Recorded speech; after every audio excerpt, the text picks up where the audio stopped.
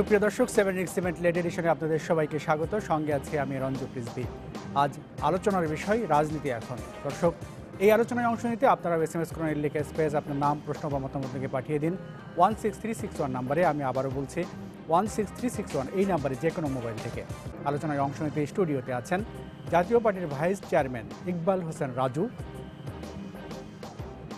আওয়ামী লীগ নেতা মনির হোসেন মনিরুজ্জামান মনির এবং গণসংহতি আন্দোলনের প্রধান সমন্বয়ক জোনায়েদ সাকি। আপনাদের তিনজনকে স্টুডিওতে স্বাগত জানাচ্ছি। আপনারা জানেন যে রাজনীতিতে বারবার বিভিন্ন ইস্যু সামনে আসে, সেই ক্ষেত্রে নতুন নতুন ইস্যু সামনে আসে, আর একটি পিছিয়ে যায়, আরেকটি হারিয়ে যায়, এভাবে বারবার ইস্যু আসতেই থাকে। সম্প্রতি বেশ একটি ইস্যু আলোচনায় এসেছে, জাতীয় পার্টির শীর্ষ পদের রদবদল নিয়ে বেশ আলোচনা সৃষ্টি হয়েছে। একবার পদায়ন করা, আবার সেখান থেকে সরে যাওয়া, আবার সেই সিদ্ধান্ত প্রত্যাহার করে নেওয়া। এই প্রশ্ন হচ্ছে যে বারবার এভাবে দলের পদের যে রদবদলের ফলে সমর্থক বা দলের ভেতরে কোনো ধরনের বিভ্রান্তি সৃষ্টি হচ্ছে কিনা, আর এতে সাধারণ মানুষের মধ্যে কী ধরনের বার্তা যাচ্ছে? ইকবাল হোসেন রাজু। আসসালামু আলাইকুম, সবাইকে শুভেচ্ছা। প্রথমেই জানতে চাচ্ছেন যে জাতীয় পার্টি বারবার পরিবর্তন এবং জিএম কাদের সাহেবকে পুনর্বহাল, এই বিষয়টি নিয়ে জাতীয় পার্টির অভ্যন্তরীণ কোনো প্রতিক্রিয়া আছে কিনা? প্রতিক্রিয়া তো বরাবরই আছে। বিষয়টি লক্ষণীয় হচ্ছে, আমার শ্রদ্ধেয় চেয়ারম্যান সাবেক রাষ্ট্রপতি হোসেন মোহাম্মদ এরশাদ, উনি প্রথমজন ক্ষমতা আসেন 82 সালে। ক্ষমতায় এসে প্রথম যে কাজটি উনি করলেন সেটি হচ্ছে, তখন উনি সিএমএলএ ছিলেন, সে ঢাকা বিশ্ববিদ্যালয় তখন আন্দোলন তুঙ্গে, তখন আমরা সংগ্রাম পরিষদ, ছাত্রদলের 7 দল মিলে, সবাই মিলে আমরা এরশাদ বিরোধী আন্দোলন ছিলাম। তখন নতুন ছাত্র সমাজ ছিল, তাদের বিরুদ্ধে আমরা ছিলাম। পরবর্তী সম্রাট জিয়াউদ্দিন বাবলু সহ একসাথে আমরা ছাত্র সমাজে নতুন নামে নতুনভাবে আমরা যোগদান করি। প্রথম এসে উনি যে কাজটি প্রথম করলেন, উনি ডাকসুকে বিলুপ্ত করলেন। আমরা সবাই আন্দোলন করলাম। একদিনের পরবর্তী দিনেই উনি এটা বাতিল করলেন। তখন ডাকসুতে আমরা অ্যাব্রিভিয়েশন করলাম সিএমএলএ, ক্যান্সেল মাই লাস্ট অ্যানাউন্সমেন্ট। এই যে উনি এই বিষয়টা হচ্ছে যে এরশাদ সাহেব দেখবেন কাইজাবর সাহেবকে উনি যখন মন্ত্রী ছিলেন তাকে অব্যাহতি দিলেন, তারপর অ্যাডভাইজার করলেন, আবার অব্যাহতি দিলেন, পরবর্তী সময়ে তাকে আবার প্রধানমন্ত্রী করলেন। এরকম কুরবানী সাহেবকে করলেন এবং অনেকেই করেছেন। এটা আমরা জাতীয় পার্টির দৃষ্টিতে আমরা যারা আছি, এটা দলের জন্য ভালো না তারা সেটা বলি।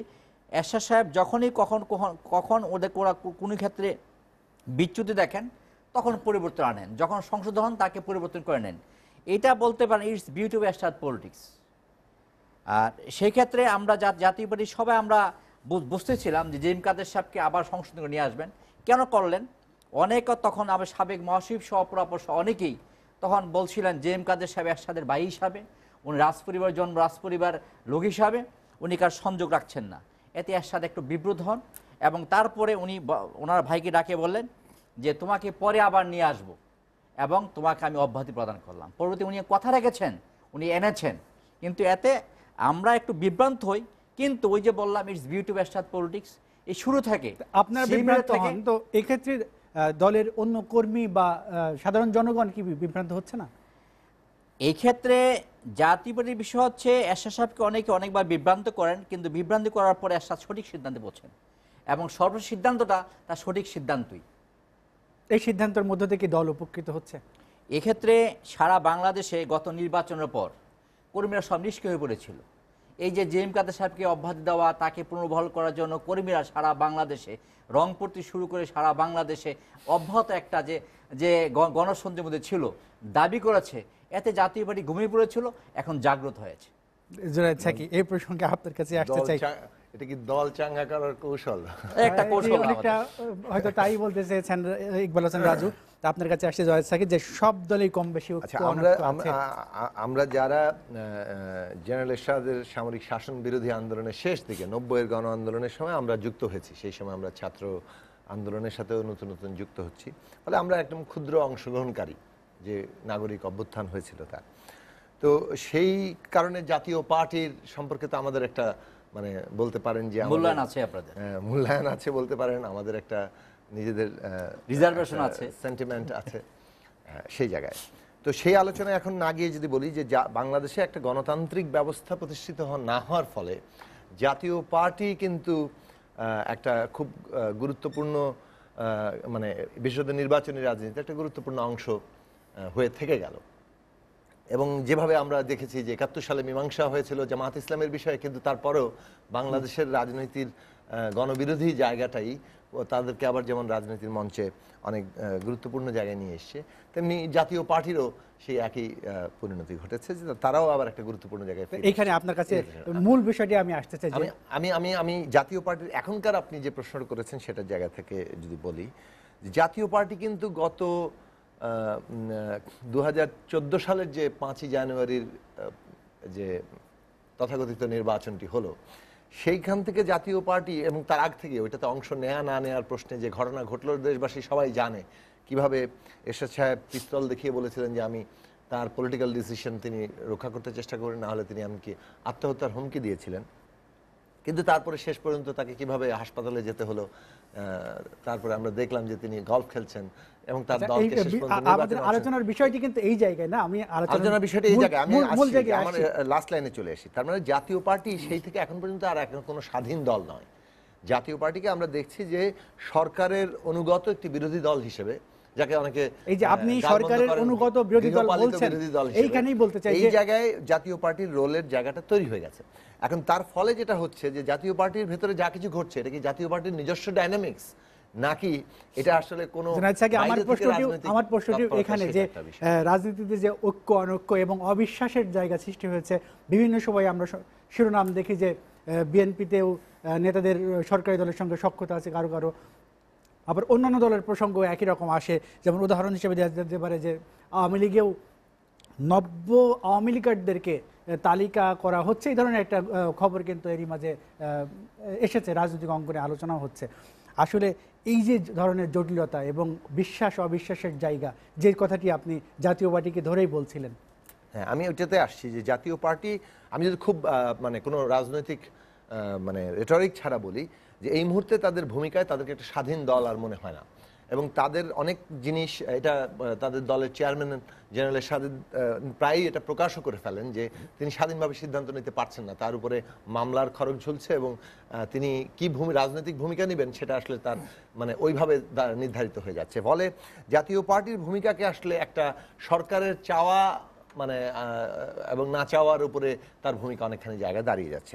এবং এইসব পরিবর্তনের পেছনেও রাজনীতিতে যারা সক্রিয় তারা অনুমান করেন যে এর পেছনে সরকারের কলকাঠি নাড়ার ব্যাপার আছে। এখন যে জিনিসটা আসলে ঘটে যে ধরুন রাজনীতি যখন প্রবলভাবে ক্ষমতা কেন্দ্রিক আদর্শ বলেন, নীতি বলেন, কিংবা জনগণের স্বার্থের প্রতিনিধিত্ব বলেন, সেটা যখন মানে দুর্বল হয়ে পড়ে, ক্ষমতা লাভালাভ এইগুলো যখন প্রাধান্য বিস্তার করে, তখন কিন্তু এই যে এক দল আরেক দলের সাথে যোগাযোগ, দল ভাঙানো, এগুলো অনেক রকম তৎপরতা হয়। 2014 পরে একটা সংবাদ এসেছিল যে আওয়ামী লীগের যোগদানের একটা হিড়িক পড়েছে 2014 পরে, এগুলো এসেছিল। কিন্তু আপনি যদি দেশে একটা গণতান্ত্রিক ব্যবস্থা খুব শক্তিশালীভাবে মানে অন্তত নির্বাচন ব্যবস্থাটা কার্যকর থাকে, তাহলে কিন্তু এইসব ব্যাপারগুলো খুব প্রাধান্যে আসবে না। মানে যারা কোনো দল যদি অন্য একটা দল থেকে কিছু তাদের নেতাকর্মীদের বাগিয়ে নিয়ে আসতে পারেন, সেটা এটা গণতান্ত্রিক ব্যবস্থার অভ্যন্তরে এই ঘটনাগুলো ঘটতে পারে, সারা দুনিয়াতেও কম বেশি যে একেবারেই ঘটে না তা নয়। আমাদের যেটা সমস্যা হয়ে গেছে সেটা হচ্ছে যে এখানে কোনো ন্যূনতম গণতান্ত্রিক ব্যবস্থা কার্যকর নেই, এখানে ন্যূনতম কোনো নির্বাচন ব্যবস্থা নেই, মানুষের নির্বাচন ব্যবস্থায় কোনো আস্থা নেই। দলের মধ্যে কি গণতান্ত্রিক চর্চা আছে? না, এইটা এই দলের মধ্যে গণতান্ত্রিক ধরুন চর্চা নেই, কিন্তু রাষ্ট্র ব্যবস্থার ভেতরে রাজনৈতিক ব্যবস্থার মধ্যে যখন কোনো ন্যূনতম গণতান্ত্রিক জায়গা না থাকে, তখন কোনো দলের মধ্যে গণতান্ত্রিক এই ব্যবস্থাটা উঠবে না। আপনি ব্যাপারটাকে যদি মানে এই একটা পারস্পরিক জায়গা থেকে দেখতে হবে। দলের মধ্যে গণতান্ত্রিক ব্যবস্থাটা চর্চা থাকবে আর রাজনৈতিক ব্যবস্থার মধ্যে গণতন্ত্র নাই, এটা কিন্তু কখনোই আপনি আশা করতে পারেন না। রাজনৈতিক ব্যবস্থা যদি গণতান্ত্রিক থাকে, তখন দলগুলো যদি গণতান্ত্রিক না থাকে, তখন সেটার উপর ক্রমাগত চাপ সৃষ্টি হতে থাকে এবং মানুষের সামনে চয়েস থাকে যে আছে আমার দলটা গণতান্ত্রিক না, আমি বেটার একটা গণতান্ত্রিক দলে যেতে পারি।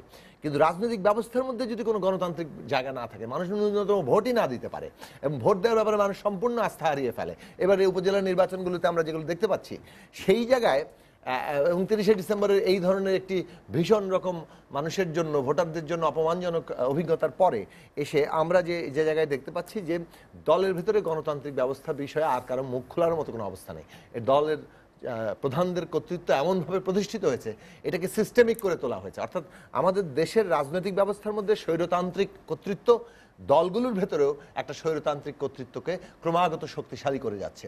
এইটা এইভাবেই ঘটতে থাকবে যতক্ষণ না পর্যন্ত আমরা রাজনৈতিক ব্যবস্থায় গণতান্ত্রিক জায়গায় ফিরতে পারছি, মানুষের ভোটের অধিকার প্রতিষ্ঠা করতে পারছি, ততক্ষণ পর্যন্ত রাজনৈতিক দলগুলোর অভ্যন্তরে গণতান্ত্রিক চর্চার চাপ সৃষ্টি হবে না, সেখানে কাঠামোগত জায়গাটা তৈরি হবে না। ফলে সেই জায়গাটাকে গুরুত্বের সাথে নিতে হবে। জুনায়েদ সাকির কথা নিশ্চয়ই শুনছিলেন মনিরুজ্জামান মনির। সেই সঙ্গে একটি বিষয় আনতে চাই, যে বিষয়টি জুনায়েদ সাকি একটু এড়িয়েই গেলেন, যে নব্য আওয়ামী লীগারদের একটি তালিকার প্রসঙ্গ কিন্তু আলোচনায় এসছে। এর মধ্যে বলা হচ্ছে যে 23 জুন দলের প্রতিষ্ঠাবার্ষিকীর আগেই এই তালিকাটা করা হবে, বা কেন, প্রশ্ন হচ্ছে যে কেন এই সন্দেহের জায়গাগুলো সৃষ্টি হচ্ছে, বা এতে কি হতে পারে? জি, ধন্যবাদ আপনাকে। আমি আপনার মাধ্যমে এসএটিভির সমস্ত দর্শকদেরকে শুভেচ্ছা জানাচ্ছি। প্রথমত আপনার শুরু হয়েছিল জাতীয় পার্টির অভ্যন্তরীণ রাজনীতির একটা অংশ নিয়ে। সেখান থেকে আমার সহযোদ্ধা জুনায়েদ সাকি গণতান্ত্রিক পরিবেশ, নির্বাচনী ব্যবস্থা, সার্বিক বিষয় নিয়ে এসেছে। এর মধ্যে জাতীয় পার্টি গৃহপালিত বিরোধী দল তাও বলেছেন। প্রথমত দেখুন, জাতীয় পার্টির অভ্যন্তরীণ ইস্যু, জেএম কাদেরকে অ্যাক্টিং চেয়ারম্যান করা বা তাকে সেখান থেকে বাদ দেওয়া, এটা সম্পূর্ণ ওনাদের সংগঠনের যে গঠনতন্ত্র আছে সেই গঠনতন্ত্রের মধ্যে হোসেন মোহাম্মদ এরশাদকে এই রকমের দল হিসেবে তাকে ওই রকমের ক্ষমতা দেওয়া আছে। তারপরও যদি আপনি একজন রাজনৈতিক কর্মী হিসেবে আমাকে বলতে বলেন, সেক্ষেত্রে জাতীয় পার্টির এই বিষয়টা বা জাতীয় পার্টির রাজনৈতিক দল হিসেবে বেড়ে ওঠা, তার আগে যদি আমরা দেখি যে 1975 সালে 15 আগস্ট বঙ্গবন্ধুর হত্যার পর দেশে প্রথম সামরিকতন্ত্র কায়েমের মধ্যে দিয়ে জিয়াউর রহমান এই রকমের একটি ক্ষমতার মধ্য দিয়ে রাজনৈতিক দল গঠন করেছে। স্বাভাবিক কারণে এই রাজনৈতিক দলগুলো 75 থেকে 90 পর্যন্ত দীর্ঘ 15 বছরে এই সামরিক শাসকরা ক্ষমতা আসার মধ্যে দিয়ে এই রকমের রাজনৈতিক দল গড়ে ওঠার কারণেই রাজনীতির যে প্র্যাকটিসটা, গণতান্ত্রিক প্র্যাকটিসের মধ্য দিয়ে একজন রাজনৈতিক দলের নেতা নির্বাচিত হওয়া বা সেই নেতাকে যদি দল থেকে বা পদ থেকে সরিয়েও দেওয়া হয়, সেটা একটা গণতান্ত্রিক প্রক্রিয়ার মধ্যে হওয়া উচিত। সেটা বিদ্যমান নেই এই কারণে, যেহেতু তারা ক্ষমতার মধ্য দিয়ে একটি রাজনৈতিক দলের বেড়ে ওঠা, এরা মানুষের অধিকারের মধ্য দিয়ে, রাজপথের মধ্য দিয়ে এদের রাজনৈতিক শক্তি হিসাবে আবির্ভূত হয়নি। সেই কারণে জাতীয় পার্টি বলেন বা বিএনপি বলেন, তাদের বেড়ে ওঠা আজকে পর্যন্ত তাদের রাজনীতি অবস্থান, এটা বাংলাদেশের রাজনীতির এন্টি আওয়ামী লীগ সেন্টিমেন্ট হিসেবে ক্ষমতা আসার মধ্যে দিয়ে তাদের একটা অংশ তাদেরকে পেয়েছেন। এবং সেটাও আপনি যদি রাজনৈতিকভাবে বিচার বিশ্লেষণ করেন, দেখবেন 70-এর নির্বাচনে বঙ্গবন্ধু যখন পাহাড় সম জনপ্রিয় রাজনৈতিক ব্যক্তিত্ব দক্ষিণ পূর্ব এশিয়ার নেতা হিসেবে, তখনও এদেশে 20 থেকে 25% মানুষ স্বাধীনতা বিরোধী শক্তির পক্ষে ভোট প্রদান করেছে। সেই মানুষগুলো 70 থেকে 75 মাত্র 5 বছরের মাথায় তাদের এমন কোনো আমূল পরিবর্তন ঘটেনি রাজনৈতিক চরিত্রে, এবং তাদের চৈতন্যেরও ওই রকমের কোনো পরিবর্তন ঘটেনি, যে কারণে তারা 75-এর পর আবার সেই মৌলবাদী রাজনীতির ধারা এদেশে সূচিত হয়েছে। তারই ধারাবাহিকতায় আজকের এই জাতীয় পার্টির কথা বলেন, বিএনপির কথা বলেন, সমস্ত কিছু এই বিষয়টাই। এর মধ্যে আসেন আমার বন্ধু সহযোদ্ধা গণতান্ত্রিক কথা বলছেন। এখন গণতন্ত্রের কথা যদি, গণতন্ত্রের সংজ্ঞায় আপনি যদি দেখেন যে গণতান্ত্রিক রাজনীতি করা মানে কি, আপনার মত প্রকাশের স্বাধীনতা, আপনি আপনার মৌলিক অধিকার সেটা আপনি প্রয়োগ করতে পারছেন কিনা, সেই জায়গায় আপনাকে বাধাগ্রস্ত করছেন কি হচ্ছেন কিনা, সেটা হলো মূল বিষয়। এখন যদি গণতান্ত্রিক অধিকারের কথা বলে আমরা বাংলাদেশে কি দেখলাম, গণতন্ত্রের নামে আপনি পেট্রোল বোমা দিয়ে মানুষ হত্যা করছেন, পেট্রোল বোমা দিয়ে আমার সন্তান সম্ভব মাকে হত্যা করেছেন, এটা তো গণতান্ত্রিক অধিকার হতে পারে না। এই গণতান্ত্রিক অধিকার তো দেশের জনগণ আপনাকে দেয়নি। এই রকমের পরিস্থিতির মধ্য দিয়ে বাংলাদেশে যদি কেউ মনে করে থাকে যে গণতান্ত্রিক পরিবেশ নেই, তাহলে 1975 সালে 15 আগস্ট বঙ্গবন্ধুর হত্যার মধ্য দিয়ে এদেশে যখন কারফিউ গণতন্ত্র হয়েছিল, তখন আমার বন্ধুদের কোথায় সেই গণতান্ত্রিক চৈতন্যবোধ ছিল, সেটা আমরা একবারও ভেবে দেখেছি কি? আমরা কি সেই কথা বলি? আজকের গণতান্ত্রিক পরিবেশের কথা বলেন বা জনমানুষের রাজনীতির বাস্তবতার নিরিখে যদি আপনি বিচার বিশ্লেষণ করেন, এই বাংলাদেশে 2008-এর 29 ডিসেম্বরের নির্বাচনে বঙ্গবন্ধু কন্যা শেখ হাসিনা বাংলাদেশের মানুষের সামনে অর্থনৈতিক এবং রাজনৈতিক কিছু ইশতেহার ঘোষণা করেছিল। যেমনিভাবে 1971 সালের মহান মুক্তিযুদ্ধের মধ্য দিয়ে আমার 30 লাখ শহীদের রক্তের বিনিময়ে অর্জিত আমার স্বাধীনতা, সেইখানে যারা আমার মা বোনের ইজ্জত লুণ্ঠন করেছিল, আমার বাবাকে যারা হত্যা করেছিল, তাদের বঙ্গবন্ধু হত্যার মধ্য দিয়ে জিয়াউর রহমান বন্ধ করে দিয়েছিল। সেই হত্যাকাণ্ডের যে বিচার, সেই বিচার ছিল দেশের মানুষের ন্যায্য পাওনা। বঙ্গবন্ধু কন্যা শেখ হাসিনা 29 ডিসেম্বরের নির্বাচনে বাংলাদেশের মানুষের সামনে সেই রাজনৈতিক অধিকারের জন্য যুদ্ধাপরাধীদের বিচার বাস্তবায়ন করেন। বঙ্গবন্ধু কন্যা শেখ হাসিনা বাংলাদেশের মানুষকে একটি ডিজিটাল বাংলাদেশ উপহার দিলেন। আজকে বাংলাদেশ গোটা তাবৎ দুনিয়ায় আমরা একটি মানে গরিব দেশ থেকে আমরা উন্নয়নশীল দেশে পরিণত হয়েছি। আন্তর্জাতিক মাধ্যমে ওয়ার্ল্ড ব্যাংক স্বীকৃত যে আজকে আমরা উন্নয়নশীল দেশে আমি যেই জায়গায় আসতে যাচ্ছি যে নব্য আওয়ামী লীগ বা আওয়ামী লীগের অনুপ্রবেশকারীদের কোনো কথা বলতে চান কিনা আমি বলবো। আমরা বিরতির সময় হয়ে যাচ্ছে, যদি একটু বলেন আমরা বিরতি। না, নব্য আওয়ামী লীগ বলতে এটা আপনার 2008-এর পর ক্ষমতায় আসার মধ্য দিয়ে এটা আসলে দল হিসেবে আওয়ামী লীগ তো পেট্রোনাইজ করে নেয়। এটা যখন যে সমস্ত জায়গাতে যে এমপি বিভিন্ন সময় দেখা গেছে আপনার যখন কখনো কখনো নির্বাচনের প্রক্রিয়ার মধ্য দিয়ে হয়তোবা একদম তৃণমূল থেকে আওয়ামী লীগ করে ওঠা কোনো নেতৃত্ব হয়তোবা এই রকমের দলছুট ব্যক্তি বা বিভিন্ন দল থেকে আসা মানুষদেরকে, এই যে তথাকথিত নব্য হাইব্রিড যাদেরকে বলা হয়, এদেরকে তো তাদেরকে রাজনীতিতে প্রবেশ করার জন্য আওয়ামী লীগের ত্যাগী নেতারা বা আদর্শিক কোনো রাজনৈতিক নেতা তাদেরকে জায়গাটা করে বলা হয় যে অগ্নিসন্ত্রাসের সাথে যারা জড়িত তারাও তাদেরও কিছু অংশ এই জায়গাটা যারা যে সুযোগগুলো দিচ্ছে, যে সমস্ত এমপিরা ক্ষমতার মধ্য দিয়ে রাজনৈতিক দলের ভিতরে ঢুকে তার নিজের একটা অবস্থানকে শক্তিশালী করার জন্য বিভিন্ন দলছুট মানুষকে, আদর্শহীন মানুষকে, এবং তাদের কোনো রাজনৈতিক চরিত্র নাই, তারা শুধুমাত্র ক্ষমতাকে ভোগ করার জন্য যারা রাজনীতি করতে আসে, কোনো বিশেষ এমপির কারণে যারা এই সুযোগটা পায়, আওয়ামী লীগ একটি গণতান্ত্রিক রাজনৈতিক দল হিসেবে ঐতিহাসিকভাবে গোটা বাংলাদেশে দক্ষিণ পূর্বেশে একটি অন্যতম গণতান্ত্রিক রাজনৈতিক বৃহৎ রাজনৈতিক দল হিসেবে আওয়ামী লীগ অবশ্যই এদেরকে খুঁজে বের করবে এবং আওয়ামী লীগের সাথে আদর্শিক যাদের সম্পর্ক নেই তাদেরকে অবশ্যই দল আগামী দিনে রাজনীতি করার সুযোগ সময় হয়েছে একটা বিরতি নিয়ে। বিরতির পরে আবারও ফিরবো আলোচনা। দর্শক, এসিটিভি রাতের আয়োজন 7 লেট এডিশনে নিচ্ছে একটা বিরতি, আমাদের সঙ্গে থাকুন, ফিরছি শীঘ্রই।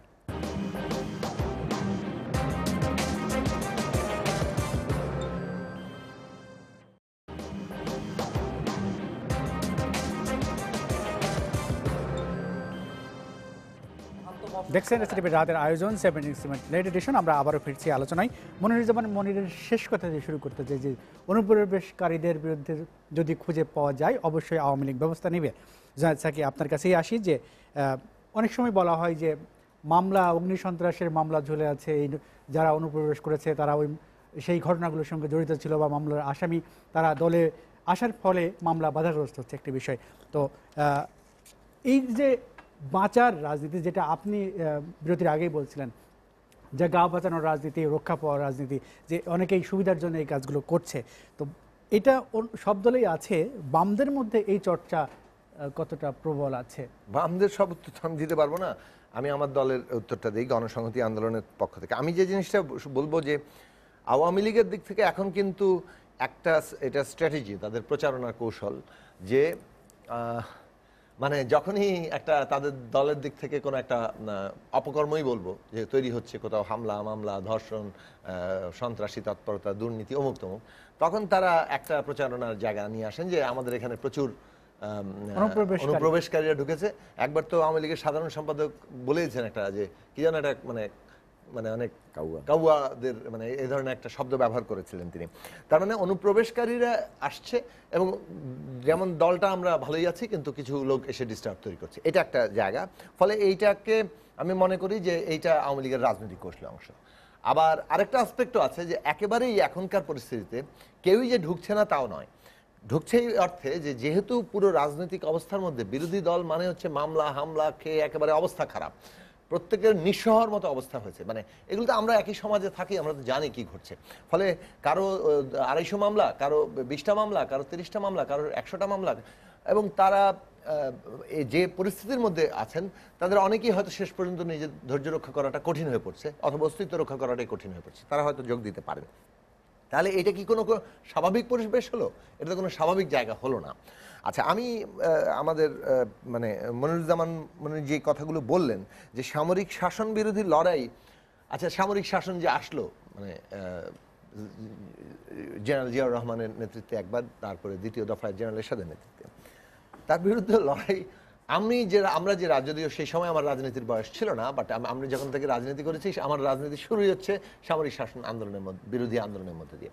আমরা যে ধারায় কিংবা যে সমস্ত দলগুলোর সাথে যুক্ত হয়েছি তাদের যদি ঐতিহ্য দেখেন, এরা কিন্তু সবসময় এই সামরিক শাসনের বিরুদ্ধে লড়াই করে গণতান্ত্রিক যে একটা দুর্বলতা যদি বলেন যে আন্দোলনগুলোর মধ্যে হয়েছে, সেটা হচ্ছে যেমন এরশাদ বিরোধী আন্দোলনের সময় যে জেনারেল এরশাদ তো একজন ব্যক্তিকে বললেন, তিনি একটা ব্যবস্থার উপর বসেছিলেন।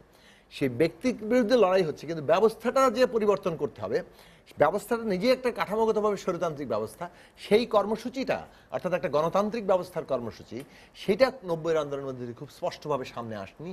এমনকি প্রগতিশীল গণবান্ধব গণতান্ত্রিক দলগুলো অতটা জোরের সাথে সামনে সেই জায়গাটা সংস্কার হয়নি, দুর্বলতা, সেই সংস্কার তো এখন হয়নি, আরো উল্টো আরো অধিকতর সেই সময় একটা সুযোগ ছিল সংস্কারের জায়গা তৈরি করার, অদৃষ্টপূর্ব একটা প্রবল মানে মনোপোলাইজেশন কিংবা এককেন্দ্রিকতা ঘটেছে, স্বৈরতান্ত্রিকতা বৃদ্ধি পেয়েছে। এখন আপনি বলেন যে উনি বলছেন যে গণতন্ত্রের নামে যে কি পেট্রোল বোমা মারবে। অফকোর্স গণতন্ত্রের নামে কেউ যদি পেট্রোল বোমা মেরে সাধারণ মানুষকে হত্যা করে, এটা তো খুব ভীষণ রকম নিকৃষ্ট রকম অপরাধ, এবং এর বিচার আমরা চাই, আমরা তখনও চেয়েছি, আমরা এখনও চাই, এবং সবসময় আমরা এই বিচারের আন্দোলনটাকে কিন্তু আমাদের রাজনৈতিক কর্মসূচির অংশ হিসেবে রেখেছি। কিন্তু পেট্রোল বোমার নামে কি আপনি আপনার ভোটের অধিকার কেড়ে নিতে পারেন? অর্থাৎ আমি দেখছি যে আওয়ামী লীগ বিএনপিকে অভিযুক্ত করছে ওনারা পেট্রোল বোমা মারছে এবং তার গণতন্ত্রের নাম করে, সুতরাং এই গণতন্ত্র আমরা দিতে পারি না।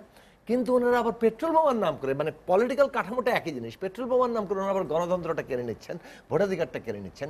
এই দুটোর কোনোটাই গ্রহণযোগ্য নয়। সুতরাং সেই জায়গাটা আমাদের হিসেবে আনা দরকার। উনি বলছেন যে অর্থনৈতিক মুক্তি অর্জন করে যাচ্ছে আমাদের, প্রথমত সেটাকে আমি আনক্রিটিক্যালি, অর্থাৎ সেটা নিয়ে আমার যথেষ্ট বক্তব্য আছে, যদি কোনোদিন এটা বিষয় করেন আমরা আলোচনা করতে পারি। আচ্ছা, আমি ধরে নিলাম যে বাংলাদেশ অর্থনৈতিকভাবে কিছুটা এগোচ্ছে, সাইজ বড় হচ্ছে, মানে আপনি পার ক্যাপিটা ইনকাম দিয়ে বলবেন যে মানুষের আয় বাড়ছে, কিন্তু আপনি আসলে পার ক্যাপিটা ইনকামের হিসাবটাই গন্ডগোলের হিসাব। আপনি ওই মানুষের ক্রয় ক্ষমতার হিসাব দেখলে দেখবেন যে না, আসলে খুব বেশি ক্রয় ক্ষমতা বাড়ে নাই, ফলে টাকার পরিমাণ বাড়ছে কিন্তু টাকার ক্রয় ক্ষমতা ক্রমাগত কমে যাচ্ছে। ফলে সেই অনেক দিক থেকে জীবনমানের উন্নতির যদি ক্যাটাগরি আপনি প্রয়োগ করেন, তাহলে দেখবেন যে মানুষের জীবনমানের বহু জায়গায় ভীষণ রকম অবনতি, কিন্তু উন্নতি হয়েছে, কিন্তু আপনার সাইজ বড় হচ্ছে, আমি বলছি পরিমাণগত বিকাশ হচ্ছে। এখন আমি বলবো যে ধরে নিও অর্থনৈতিক উন্নতির সাথে সাথে রাজনৈতিক স্বাধীনতা একটা অত্যন্ত অঙ্গাঙ্গী বিষয়। অর্থাৎ আপনি উন্নতি যাকে বলবেন, উন্নতি অর্থনৈতিক, উন্নতি রাজনৈতিক, এবং পরস্পর অর্থনৈতিক উন্নতি ঘটছে রাজনৈতিক স্বাধীনতা কেড়ে নেওয়ার বিনিময়ে, এইটা কোনো অর্থনৈতিক উন্নতি হিসেবে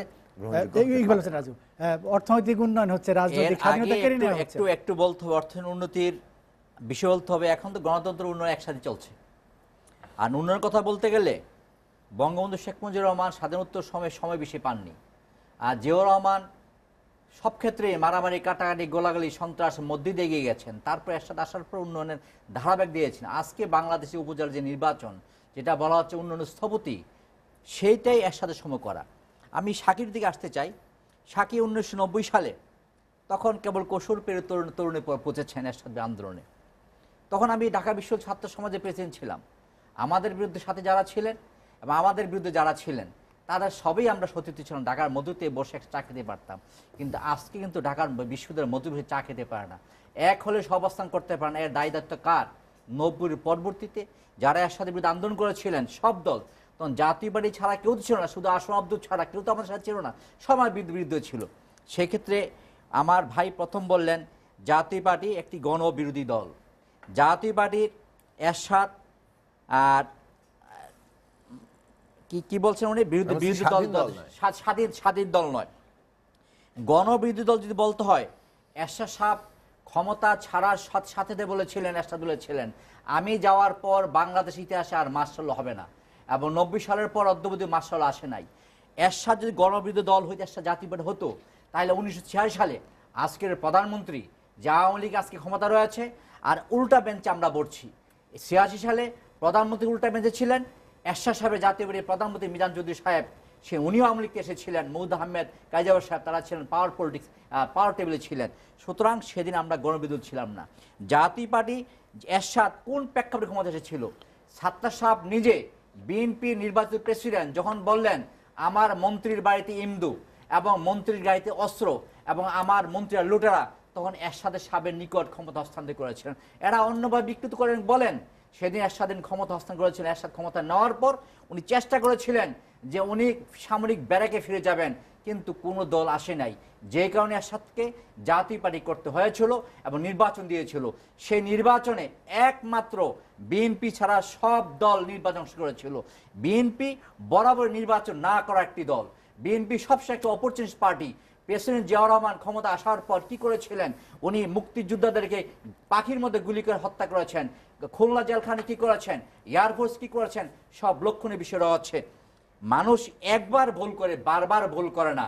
15 ফেব্রুয়ারি নির্বাচন, সেটা তো মনে রয়েছে। সেই নির্বাচনে কারা আন্দোলন করেছিলাম, জাতীয় পার্টি, আওয়ামী লীগ সব মিলে আন্দোলন করেছিলাম। সেই নির্বাচনের পর মাত্র 15 দিন সরকার টিকে ছিল। সেদিন আমাদের আন্দোলনের মুখেই কিন্তু শুধু একা আওয়ামী লীগ আন্দোলন করে নাই, আমরা ছিলাম। তাহলে কি প্রমাণ হয় সাকি সাহেব যে সেদিন জাতীয় পার্টি গণবিরোধী দল নয়, আন্দোলন করেছেন। আন্দোলন করার পর কিন্তু ঐক্য আসতে পারেন নাই। আখ্যাদের গল্পের মতন ওই লোকটাকে সরাইতে হবে, তারপর ভাগ্যে খাবো। এখন শুধু ওই যে একজন মাথায় বাড়ি মারছেন। আমার কথা হচ্ছে আজকে সময় এসেছে, বঙ্গবন্ধুর কন্যা, এদিকে এরশাদ সাহেব উন্নয়নের নিয়ে দেশ এগিয়ে যাচ্ছেন। ওই যে বললেন এই যে পেট্রোল বোমা নামে নির্বাচনটাকে উনি কি করেছেন, আমরা সিরিয়ে জাতীয় আওয়ামী লীগ ছিনিয়ে নিয়েছে, আমরা বিরোধী পার্টি আছে, আমরা মনে তা ঠিক না। একে সাকি সাহেব কিন্তু মেয়ে নির্বাচন করেছিলেন এবং সাকি সাহেব কিন্তু গত নির্বাচন করেছেন, যদি সুযোগ না করতে পারতেন না। বিষয় লক্ষণীয় বিষয় হচ্ছে এই যে মনে করেন ডক্টর কামাল হোসেন সাহেব আমার পরম শ্রদ্ধা আছে, উনি একটি মাকাল ফল। এই মাকাল ফল নিকট যদি কিছু ভালো চান, প্রাপ্তি পাওয়ার বিষয় ছিল না, যেই কারণে বিএনপি বারবার হুচুট খেয়েছে। আর বিএনপি সশরীরে ভালো যেতে পারবে না। আর বিশেষ করে এরশাদকে যে বলা হচ্ছে এরশাদ মুক্ত মানুষ নয়, এই কাজটি কে করেছেন, বিএনপি করেছেন। বিএনপি সহ সেদিন আওয়ামী লীগও সেই প্রস্তুতি দিয়েছিল এরশাদের মামলা করার জন্য। সেদিন এরশাদ মুক্ত মানুষ ছিল না, কিন্তু এরশাদ দেখেছেন 4 দলের সাথে করেছিলেন, কিন্তু 2001 সাল নির্বাচনে 4 দলের সাথে থাকেন নাই। এরশাদ বুঝতে পেরেছিল, আমরা বুঝতে পেরেছিলাম এই বিএনপি আবার অস্ত্রবাজি করবে, আবার বোমা হামলা করবে। তারই প্রমাণ 21 আগস্টের বোমা হামলা। ইগুলেশন রাজ্য আমরা দেখছি মনিরুজ্জামান মনির। না, আমি জোনায়েদ সাকি অনেকগুলো কথা বলেছে, তার একটা কথা বলেছে যে পেট্রোল বোমা সহ যে আগুন সন্ত্রাস করেছে এটা আওয়ামী লীগের প্রচারণার একটি কৌশল। এই প্রচারণার কৌশল তো আওয়ামী লীগের ধারণ করার বা এটা প্রচার করার কোনো ইস্যু নয়। বাংলাদেশের রাজনীতিতে 2014 সালে প্রচারণা কৌশল আপনি যেটা বলছেন ওটা যখন এগুলোই সামনে নিয়ে আসে। আসলে আমাদের প্রশ্নটা হলো যে গণতান্ত্রিক ধারা, গণতান্ত্রিক রীতিনীতির মধ্য দিয়ে একটি দেশ সামনের দিকে এগিয়ে যাবে। সেই জায়গাটায় আপনি কথা বলবেন, দিনের শেষে মানুষ আপনাকে যদি পছন্দ করে ভোট আপনাকে করবে, আপনি ক্ষমতা আসবেন। কিন্তু আপনি যদি বলেন যে প্রচারণার কৌশল বা কোনো কিছু, আর প্রচারণার আমাদের এখানে কোনো রাগডাকের কোনো বিষয় নেই। আওয়ামী লীগ একটি গণতান্ত্রিক রাজনৈতিক দল, আন্দোলন সংগ্রামের মধ্য দিয়ে আওয়ামী লীগের বিকাশ ঘটেছে।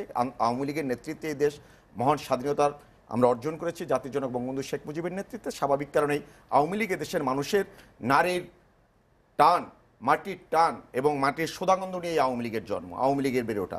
আওয়ামী লীগ দেশের মানুষের, জনতার এবং জনগণের আকাঙ্ক্ষাকে ধারণ করেই বাংলাদেশের রাজনীতি করে। এরপর আসেন, উনি বলেছেন মামলা হামলা বাংলাদেশের রাজনীতির যদি এতই বলেন, মামলা হামলার এই বাস্তবতা যদি বলেন, জোনায়েদ সাকিব আমরা তখন ছোট ছিলাম। 1981 সালের 17ই মে বঙ্গবন্ধু কন্যা জননেত্রী শেখ হাসিনা বাংলাদেশে এসেছিলেন, যার বাবার ডাকে এই একটি দেশ পরাধীন দেশটাকে স্বাধীন করে দিয়ে গেছিল। জিয়াউর রহমানের আমলে ঐতিহাসিক 32 নম্বরের বাড়িতে বঙ্গবন্ধু কন্যাকে সেদিন ঢুকতে দেয়নি, মিলাদটা পর্যন্ত করতে দেয়নি। এই রকমের অগণতান্ত্রিক স্বৈরাচারী শাসন ব্যবস্থার মধ্য থেকে আমরা গণতান্ত্রিক আন্দোলনের জন্য বঙ্গবন্ধু কন্যা শেখ হাসিনা বাংলাদেশের মানুষের মৌলিক অধিকার আদায়ের জন্য জীবনের ঝুঁকি নিয়েছেন, 19 বার মৃত্যুর মুখোমুখি দাঁড়িয়েছেন। তারপরেও বাংলাদেশকে গণতান্ত্রিক শাসন ব্যবস্থা কায়েমের জন্য বঙ্গবন্ধু কন্যা শেখ হাসিনা সোচ্চার ছিলেন বিধায় আজকের গণতান্ত্রিক স্বাদ আমরা পরিপূর্ণভাবে গ্রহণ করতে পেরেছি। আজকে টেলিভিশনের কল্যাণে আমার বন্ধু জোনায়েদ সাকিয়া সরকার বিরোধী কথা বলতে পারেন, যে কোনো আজকের আপনি দেশে গণতন্ত্রের কথা বলবেন, প্রগতির কথা বলবেন, কিন্তু আজকের বাংলাদেশ শেখ হাসিনা গণতান্ত্রিক শাসন ব্যবস্থা আছে বিধায়, আইনের শাসন বিদ্যমান বিধায় আজকে যুদ্ধাপরাধের বিচার বাস্তবায়ন হচ্ছেন, আজকে জঙ্গিবাদ মুক্ত একটি গণতান্ত্রিক পরিবেশ পেয়েছেন এই বাংলাদেশে। কিন্তু আমরা কি ভাবতে পারি 2001 সাল থেকে 2006 সাল পর্যন্ত এদেশের যখন জঙ্গি উত্থান ঘটেছিল, 10 ট্রাক অস্ত্র এসেছিল, তখন আপনার আমার অবস্থান কি ছিল? বাংলাদেশের অবস্থান আমাদের কোথায় গিয়েছিল? আপনি বলছেন অর্থনীতিতে সর্বশেষ ওয়ার্ল্ড ব্যাংকের যে জরিপ, তাতে বাংলাদেশ অর্থনীতির 5টির একটি দেশ যেটা ক্রমবর্ধমান গতিতে বাংলাদেশ এগিয়ে যাচ্ছে। এটা কি আপনি এবং অস্বীকার অনেক করবেন? সূচকেও বাংলাদেশ এক সেকেন্ড, আমি এগিয়েছে, আরেকটা আমাদের কথা সময় বলি। বিরোধী এরপর সময় হচ্ছে। বলছেন যে এরশাদ বিরোধী আন্দোলনে উনি কর্মী ছিলেন, আমরাও একজন রাজনৈতিক কর্মী ছিলাম। এরশাদ বিরোধী আন্দোলনে বলছেন ব্যক্তির পরিবর্তন চাইনি, কাঠামোগত পরিবর্তন করতে চান। ইয়েস, 3 জোটের রূপরেখা সেটা ছিল। 3 জোটের রূপরেখাকে কারা সেদিন বাস্তবায়ন করেননি? 3 জোটের রূপরেখাকে বাস্তবায়ন করেননি, ওটাকে পা দিয়ে ঠেলে দিয়েছিল বেগম খালেদা জিয়া 1991 সালের 27 ফেব্রুয়ারি ক্ষমতা আসার মধ্য দিয়ে। সেদিন বেগম জিয়া কি করেছিল? 3 জোটের রূপরেখা ছিল স্বাধীনতা বিরোধী কারোর সাথে জোট করতে পারবে না, স্বাধীনতা বিরোধী দেশে বাংলাদেশের রাজনীতি করতে দেবে না। এবং আরেকটি বিষয় ছিল, এরশাদের যত আমলা ছিল সচিব, তাদেরকে রাজনীতিতে প্রবেশ করতে দেবে না। বেগম খালেদা জিয়া সেদিনের সেই সমস্ত টার্ম এন্ড কন্ডিশনকে ভেঙে এম.কে আনোয়ারকে এমপি বানিয়েছিলেন, মন্ত্রী বানিয়েছিলেন। আজকে আমার বন্ধুর কেরামত আলী, এদেরকে কে বানিয়েছিল?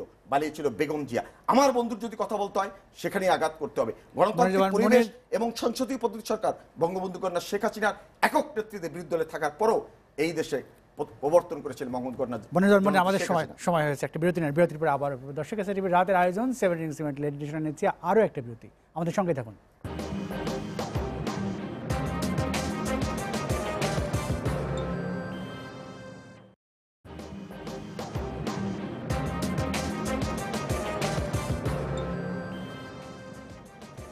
দেখছেন টিভির রাতের আয়োজন 17 এডিশন। এরপর যে আমরা দর্শকের একটা মতামত নিতে চাই।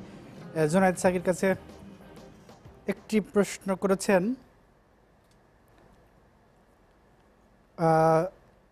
যারা খোলস বদলে বেঁচে থাকার রাজনীতি করে তাদের প্রসঙ্গে একটু ব্যাখ্যা করবেন। একই প্রশ্ন, যদিও আলোচনা এসে গেছে, একটু দর্শক জানতে আচ্ছা, আমি মানে আরো সংক্ষেপে বললে ডিগবাজি অর্থাৎ ডিগবাজির রাজনীতি যারা করেন সেটা যে জায়গা থেকেই করেন না কেন, সেটা মানুষের কাছে খুব ইতিবাচকভাবে তারা প্রতিভাত হন না। এবং তারা সবসময় নির্ভরশীল রাজনীতি করতে হয়। মানে তার নিজে যেহেতু মানে আপনি যখন মানুষের কাছে রাজনীতি এমনকি মানুষের সাথে সম্পর্কের একটা বিস্তার, তো আপনি মানুষের সাথে সম্পর্ক হচ্ছেন কোনো একটা অঙ্গীকার, কোনো একটা কর্মসূচি, কোনো একটা স্বপ্ন দেখিয়ে, তাই না? সেখানে আদর্শিক একটা জায়গা আছে। তো মানুষ আপনাকে আপনার কথাবার্তা, আপনার চিন্তা, আপনার অঙ্গীকার, আপনার কর্মসূচি, আপনার ভিশন, এগুলোকে মানে এগুলোর সাথে জড়িয়ে যেতে থাকে এবং জড়াতেই সে কিন্তু একটা মানে একটা দর্শকের আরেকটু প্রশ্ন আছে। এখন কেউ যদি সেইটার সাথে পুরো মানে কি বলে যে ওইটার সাথে এক ধরনের বেইমানি করে আরেক জায়গায় যখন চলে যায়, তখন তার পক্ষে আর নিজের স্বাধীন পায়ে মানে মানুষের শক্তির উপর দাঁড়িয়ে তার যে আত্মমর্যাদা নিয়ে, মেরুদণ্ড নিয়ে তার পক্ষে আর কথা বলা সম্ভব না। সবসময় তাকে একটা সুবিধাবাদী মানে সুবিধাবাদের দ্বারাই তাকে পরিচালিত হতে হয়। পান্থপথ থেকে শিমুল আপনার কাছে এই বিষয়টি আরেকটু বলেছেন যে বাম রাজনীতি থেকে অনেকে অন্য দলে গিয়ে অবস্থান তৈরি করেছেন, তাদেরকে রাজনৈতিকভাবে কি বলবেন? আর যারা গেছেন তাদের সিদ্ধান্তকে কতটা যৌক্তিক বলে মনে করেন? আমি মনে করি যে মানে যখনই আপনার অর্থাৎ আমি যদি আজকে অন্য মানে জায়গায় যাই, আমার যে মানুষের সাথে আমার যে সম্পর্কের যে ভিত্তি, সেই ভিত্তিটা কিন্তু আসলে ভেঙে যায়। তার ফলে আমার পক্ষে স্বাধীনভাবে নিজের পায়ে দাঁড়িয়ে মানুষের শক্তির উপর দাঁড়িয়ে আমার স্বপ্নটাকে নিয়ে এগোনো মুশকিল হয়। ফলে আমার ধারণা জনগণ ডিগবাজির রাজনীতিকে খুব বেশি যেখান থেকে তিনি যান না কেন। আমি একটু ফিরে আসি 15ই ফেব্রুয়ারি 1996 কথাটা উনি তুলেছেন। তো 15ই ফেব্রুয়ারি 1996 সালের নির্বাচনে আওয়ামী লীগ, জাতীয় পার্টি সহ যারা মানে যাননি, তখন একটা জোট হিসেবে তারা কাজ করছিলেন, জামাত ইসলামীও ছিল। আচ্ছা, সেই আলোচনার তর্কে আমি যে বলতে চাচ্ছি যে ওই নির্বাচনে অংশ নেন নাই, যার যার প্ল্যাটফর্ম থেকে আমি বলছি ওই নির্বাচনে অংশ নেন নাই কেন? তার মানে নির্বাচনে অংশ নেয়া না নেওয়ার প্রশ্নটা কিন্তু একটা কৌশলগত প্রশ্ন। অর্থাৎ আপনি যদি মনে করেন যে গণ আন্দোলনের স্বার্থে এই নির্বাচনে অংশ নেওয়াটা আপনার জন্য বরং ভুল হবে, ঠিক হবে না, বরং আন্দোলন শক্তিশালী হবে, তাহলে নিতে পারেন। কৌশলে হয়তো ভুল হতে পারে, কিন্তু মানুষ কৌশলে অংশ হিসেবে নির্বাচনে অংশ নেয়, কখনো কখনো অংশ বর্জনও করে, কারণ বর্জনটা তখন গণতান্ত্রিক কর্মসূচির বিরাট ইয়েতে পরিণত হয়। এখন সেই জায়গা থেকে আমি যে কথাটা বলতে চাই যে সেটা হচ্ছে যে আপনার মানে বর্তমান পরিস্থিতিতে মানে জাতীয় পার্টির চেয়ারম্যান জেনারেল এরশাদ সাহেব যে মুক্ত মানুষ নন, কিংবা তাদের দল যে স্বাধীন নন, এটা তো আমার বক্তব্য নয়। উনি হয়তো আমাকে অভিযুক্ত করেন, আমি বললাম। উনি বলেছেন রাজনীতি, এটাও বলেছেন আপনিও নির্বাচনে অংশ নিয়েছিলেন, সেই প্রসঙ্গ তুলেছেন। কিন্তু আমি বলছি যে ওইটা তো উনি নিজে বলেছেন, ওনাদের পার্টির কোচ অ্যাক্টিং চেয়ারম্যান অথবা বলেছেন মুক্ত মানুষ নন, সেই কারণে মামলা কেউ তোলে নাই। না তোলে নাই, তাই না? আমি ওই কথার পিছনে মামলা ঘুরে বেড়ায়। আচ্ছা, এই কথাটাই বলতে চাচ্ছি। সেটা হচ্ছে যে আপনি তো কি বলে যে রওশন এরশাদ যখন বিরোধী দলের প্রধান ছিলেন তাদের মানে জাতীয় পার্টির পক্ষ থেকে, তিনি তো পার্লামেন্টে দাঁড়িয়ে সরকারের অনুমতি প্রার্থনা করছেন যে তারা বিরোধী দল হতে চান, তারা সরকারের অংশীদারে থাকতে চান না। তার মানে আমি বলতে চাচ্ছি যে এইটা একটা, এই যে কাঠামোগত জায়গাটা দল হিসেবে স্বাধীন ভূমিকা নেওয়া যায় না, এখনকার পার্লামেন্টেও কিন্তু মানে প্রায় সেরকমই অবস্থা, কারণ জাতীয় পার্টিকে অনুমতি নিয়েই বিরোধী দল হতে হচ্ছে। এখন ক্ষমতার কাঠামোর যদি কোনো বদল না ঘটে, যেমন 90 আন্দোলনে বলছেন তিন জোটের রূপরেখা, বিএনপির মতো টেবিল সরাসরি ফাইল সরাসরি সেই বিল জাতীয়বাদী করবে না। জাতীয়বাদী গত পার্লামেন্ট ছিল তখন কি গ্যাসের বিরুদ্ধে কথা বলা নাই, ব্যাংক ব্যবসার কথা বলা নাই, শেয়ার বাজার লুট নিয়ে কথা বলা নাই, অবশ্যই কথা বলেছে। সেইটা মেজরিটি আওয়ামী লীগ তাদের ব্যাপার। জনগণ জানে আপনাদের ভূমিকা, আপনারা কি পালন করেছেন। কিন্তু আমি যেটা কথাটা বলতে চাচ্ছি যে কাঠামোগত কোনো পরিবর্তন না ঘটে, যেমন জেনারেল এরশাদ সাহেব যে মানে রাষ্ট্র কাঠামোর উপর, ক্ষমতা কাঠামোর উপর বসছেন, এটা যে উনি তৈরি করেছেন তা না, এটা কিন্তু আমাদের সাংবিধানিক ক্ষমতা কাঠামোই, অর্থাৎ সাংবিধানিক ক্ষমতা কাঠামোটাই কিন্তু স্বৈরতান্ত্রিক। সেই স্বৈরতান্ত্রিক ক্ষমতা কাঠামো বহাল রাখলে আপনি যদি জামাত ইসলামীকে নিষিদ্ধ করেন, সবাই মিলে পরিত্যাগও করেন, তাতে বাংলাদেশের দুধের নহর বয়ে যাবে না। কিন্তু জামাত ইসলামের ব্যাপারে আমরা আমাদের পজিশন পরিষ্কার করেছি, এটা 71 সালে মীমাংসা হয়েছে, এই নামে বাংলাদেশে কোনো দল থাকতে পারে না, এবং সেইটার ব্যাপারে যারা আপোষ করেন তাদের জবাব দিবেন। কিন্তু বাংলাদেশে গণতান্ত্রিক ক্ষমতার কাঠামোটা যে দরকার, এই স্বৈরতান্ত্রিক ক্ষমতা কাঠামো দিয়ে আমরা যে স্বৈরতন্ত্রেরই আরো গভীর করে তুলছি এবং তারই পুনর্জন্ম দিচ্ছি, সেইটা মানে এক সময় যে খোদ যারা এখন সরকারে আছেন তারা হয়তো সুবিধাভোগী, তারা সুবিধাজনক জায়গায় আছেন, কিন্তু তাদেরও যে এটা গোনা কেটে ফেলবে, তারাও যে একটা বিপদ, রাজনৈতিকভাবে পুরো ব্যবস্থা যদি বিপদের মধ্যে পড়ে, সবাই মিলে যে আসলে আমরা বিপদে পড়ি, এই উপলব্ধিটা আওয়ামী লীগের মতো একটা গুরুত্বপূর্ণ রাজনৈতিক দল, যাদের জনমানুষের মধ্যে বিশাল প্রভাব আছে, যার ইতিহাস মুক্তিযুদ্ধের সাথে জড়িয়ে আছে, সেই দলের কিন্তু উপলব্ধি করা দরকার। কাজেই আমরা মনে করি যে গণতান্ত্রিক একটা ক্ষমতা কাঠামো আমাদের এখানে তৈরি করা দরকার, যেখানে জবাবদিহিতা থাকবে, যেখানে মানুষ ভোটাধিকার দিতে পারে। কেবল ভোটাধিকারই গণতন্ত্র নয়, ওটা প্রাথমিক সিঁড়ি ভিত্তি, কিন্তু এর সাথে আরো অনেক গণতান্ত্রিক কাঠামোর চর্চার থাকতে হবে, জায়গা তৈরি করতে হবে, যেখানে ক্ষমতা প্রতি মুহূর্তে জবাবদিহিতার জায়গা। সেটা না তৈরি করলে অর্থনৈতিক উন্নতি আসলে শেষ পর্যন্ত মানুষের আমরা আলোচনা শেষ ভাগে আছে। নিশ্চয়ই ইকবাল হোসেন রাজু জুনায়েদ সাকির কথা নিয়ে অনেক কথা বলবেন। তার আগে দর্শকের একটা প্রশ্ন আছে যে মোহাম্মদপুর থেকে আকরাম জানতে চেয়েছেন, জাতীয় পার্টি বারবার সিদ্ধান্ত বদল করে জনগণ থেকে দূরে সরে যাচ্ছে, অথচ দলটির বাংলাদেশের রাজনীতিতে ভালো সম্ভাবনা ছিল, আপনারা কাঙ্ক্ষিত জায়গায় পৌঁছাতে না পারার জন্য নিজেদের কতটা দায়ী করেন, আর এখনকার রাজনীতিতে আপনারা কতটা সরব? কাঙ্ক্ষিত লক্ষ্যে পৌঁছার জন্য বারবার পরিবর্তন আমাদের, আমরা ইনশাল্লাহ পৌঁছবো। আর বর্তমান প্রেক্ষাপটে জাতীয় পার্টি সাচ্চা বিরোধী দল, আমরা নির্বাচন কথা বলতে পারেন, নির্বাচন কি নির্বাচন কৌশলগত কারণে সেই আমরা জোট করেছিলাম, যেখানে বিএনপি, জামাত এবং কামাল সাহেব করেছিলেন, কিন্তু তাদের জোট আটকাতে পারেন নাই। মনসুর সাহেব গায়ে মুজিব কোট, বুকে বেগম জিয়ার মুক্তি, মুখে মুক্তি, পাশাপাশি মার্কা ধানের শীষ নিয়ে করেন, কিন্তু আমরা সেই কাজটা করি নাই। আমরা জোট করেছি, নির্বাচন করেছি, কিন্তু লাঙ্গল মার্কা নিয়ে নেতার প্রতীকটা আমরা রেখেছি। আমরা আমাদের অনেক সমস্যা আছে, সমস্যা কাটিয়ে উঠে যাব, এবং যাতে আমরা উঠতে না পারি, এক্ষেত্রে আমাদের সাথে সরকারি দলও ভালো আচরণ করেন নাই, অতীতে যারা তারাও করেন নাই। আর বিশেষ করে একটু আগে অনুপ্রবেশকারী কথা বলা হচ্ছে, এই যে অনুপ্রবেশকারীর এই লোকগুলো জাতীয় পার্টির সময়, নতুন হাতের সময় জাতীয় পার্টির সাথে যারা ছিল, ইলিয়াস আলী, আমানুর রহমান, এবং আমাদের এই যে বিশেষ করে এইবার গত উপজেলা নির্বাচন, এই যে হয়গো নির্বাচন, বিনা ভোটের যে কালচারটা শুরু হলো, এতে আমরা খুব দুঃখ পেয়েছি। উপজেলাটা শুরুটা একসাথে মধ্যে দিয়ে বাতিল করেছিলেন, কিন্তু আবার দিতে হচ্ছে। সুতরাং এই পুনরায় আসার মধ্যে দিয়ে প্রমাণ হচ্ছে একসাথে রাজনীতি সঠিক, এবং সঠিক পথে আমরা এগোচ্ছি। বিশেষ করে এই যে অনুপ্রবেশকারী বলতে যেটা বুঝাচ্ছেন, আমার ওবায়দ কাদের ভাই সুস্থ হয়ে ফিরে আসুক, বিশ্ববিদ্যালয় জীবনের প্রথম ছাত্রনেতা উনি, তাকে আমরা পেয়েছি, ফিরে আসুক, দোয়া করি। তখন কাউয়ার কথা বলেছেন, এই যে জাতীয় পার্টিতে একজন আমাদের উপমন্ত্রী ছিলেন দেবিদ্বারের, 1985 সালে বিনা ভোটে ইলেকশন করেছিলেন, এ হচ্ছে এফএম ফখরুল ইসলাম মুন্সী। উনি এনএসএফ ছিলেন, এখন আওয়ামী লীগের ভাইদের উপদেষ্টা মন্ডলী, উনি উপদেশ দিয়েছেন। উনি 1985 সালে যে নামির ইসলাম খানের সম্পাদক আছেন, তার বাবাকে ভোট করতে না দিয়ে বিনা ভোটে উনি একমাত্র ব্যক্তি চেয়ারম্যান হয়েছিলেন। পরে তার এই দোষের কারণে জাতীয় পার্টি তার জাতীয় থেকে বহিষ্কার করেছিল। সেই ব্যক্তি কিন্তু আওয়ামী লীগের মধ্যে ঢুকে যাতে বিনা ভোটে করা যায়, এই অনুপ্রবেশকারী ব্যক্তিটাই এই বুদ্ধিটা দিয়েছে। এদেরকে যতক্ষণ আওয়ামী লীগ থাকবে, আওয়ামী লীগ ততদিন এইভাবে বিভ্রান্ত হবে। এই কাওয়া যদি না খাওয়াইতে পারে, তাহলে কিন্তু আওয়ামী লীগের ভালো অবস্থা হবে না। আর বিশেষ করে জাতীয় কথা বলা হচ্ছে, আমরা ধীরে স্থিরে এগিয়ে যাচ্ছি। একটি লক্ষণীয় বিষয় হচ্ছে, 1970 নির্বাচনে মাওলানা ভাসানী সাহেব অনেক বড় দল ছিলেন, নির্বাচন আসেন নাই, কিন্তু বঙ্গবন্ধু শেখ মুজিবুর রহমান এলএফর আন্ডারে সেদিন নির্বাচন করেছিলেন। সেই নির্বাচনের মধ্য দিয়ে জয়লাভ, যুদ্ধ, দেশ স্বাধীন হয়েছে। আমরা সেই দৃষ্টান্ত রেখেছি। 90 সালের পর একসাথ কারাগার থাকার পরে কিন্তু কোনো নির্বাচন আমরা বয়কট করে নেই, শুধু নির্বাচন বয়কট করেছি সব দল মিলে। কোনটা করেছি? 15 ফেব্রুয়ারি করেছি। 111-কে আমরা প্রতিরোধ করেছি। তার মধ্য দিয়ে বাংলাদেশে আজকে যে উন্নয়ন গতি ট্রেনটা চালু হয়েছে, সেই ট্রেনটার মধ্যে কিন্তু আমাদের সেখানে সিগন্যাল রয়েছে।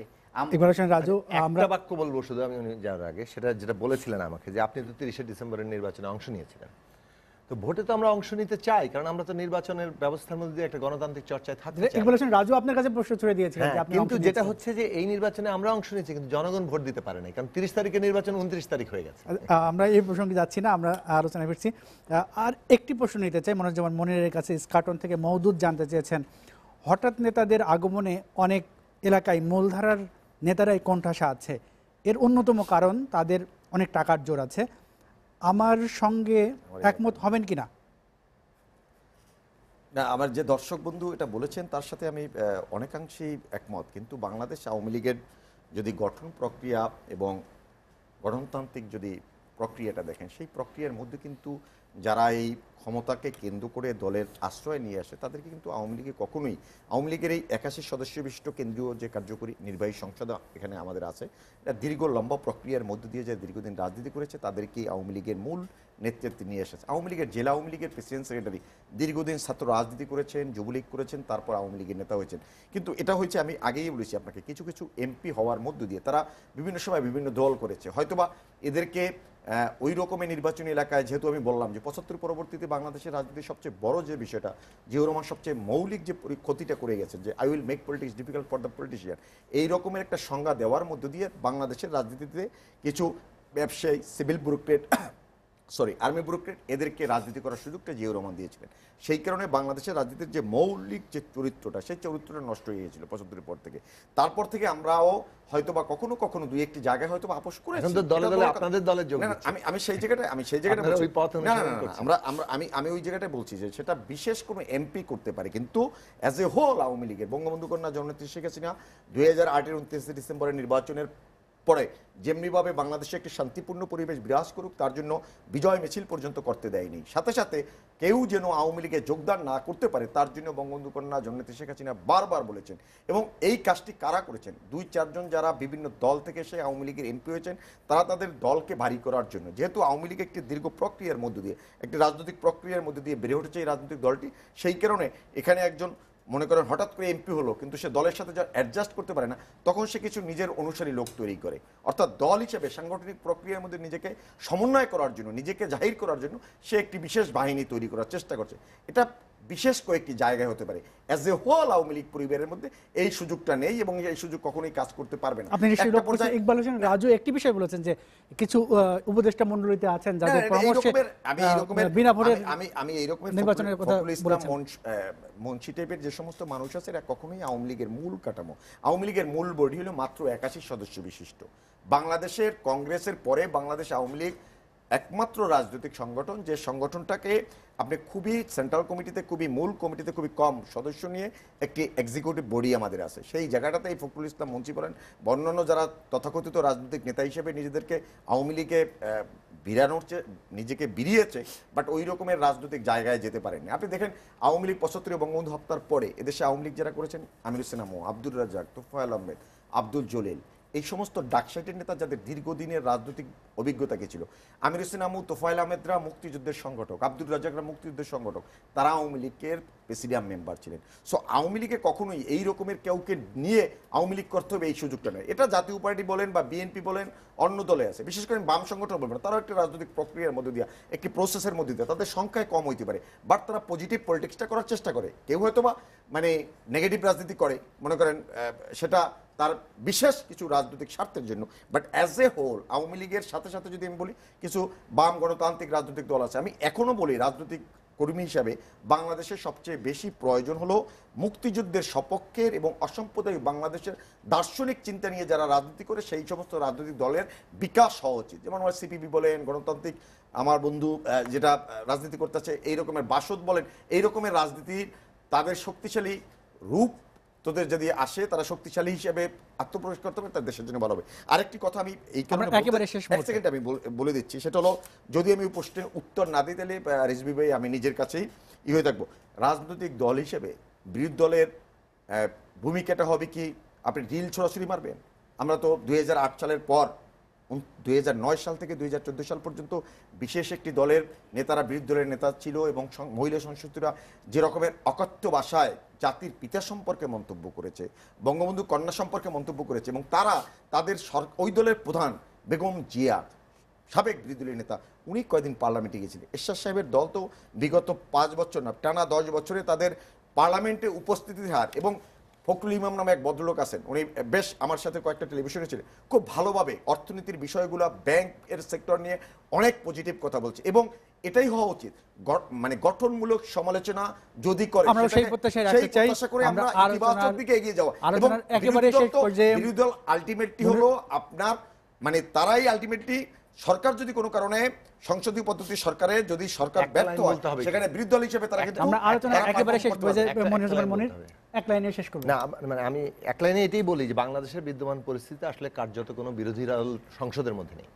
এখন যেটা মানে জনগণের একটা বৃহত্তর ঐক্য ছাড়া এই দেশে যেভাবে গণতান্ত্রিক অধিকার হরণ হয়ে যাচ্ছে, রাষ্ট্র ব্যবস্থার মধ্যে ক্ষমতার যে কেন্দ্রীভবন ঘটেছে সরকারের হাতে, এইটা মানুষের মধ্যে একটা বিরাট ভারসাম্যহীনতা তৈরি করেছে। একদিকে অধিকার রাষ্ট্র সরকার ক্ষমতা, অন্যদিকে জনগণের অধিকারহীনতা। আমরা প্রত্যাশা করি গণতন্ত্রের বৃহত্তর চর্চার ঐক্য বিকাশ দরকার হোক এবং জনগণের বৃহত্তর ঐক্য, রাজনৈতিক ঐক্যই আজকে বাংলাদেশে এবং রাজনৈতিক ঐক্য এবং বৃহত্তর ঐক্য তো আছেই, ঐক্য তো একটা আছেই। আমাদের আলোচনা এখানেই শেষ করতে হয়েছে। আপনাদের তিনজনকে অসংখ্য ধন্যবাদ আলোচনায় অংশ নেওয়ার জন্য। দর্শক জানিয়ে রাখি এসটিভি রাতের আয়োজন 7 ইনস্ট্রুমেন্ট লেট এডিশন পুনঃ প্রচার হয় সকাল 9টায়। আজ এ পর্যন্তই। সবাই ভালো থাকুন, সুস্থ থাকুন, এসটিভির সঙ্গেই থাকুন।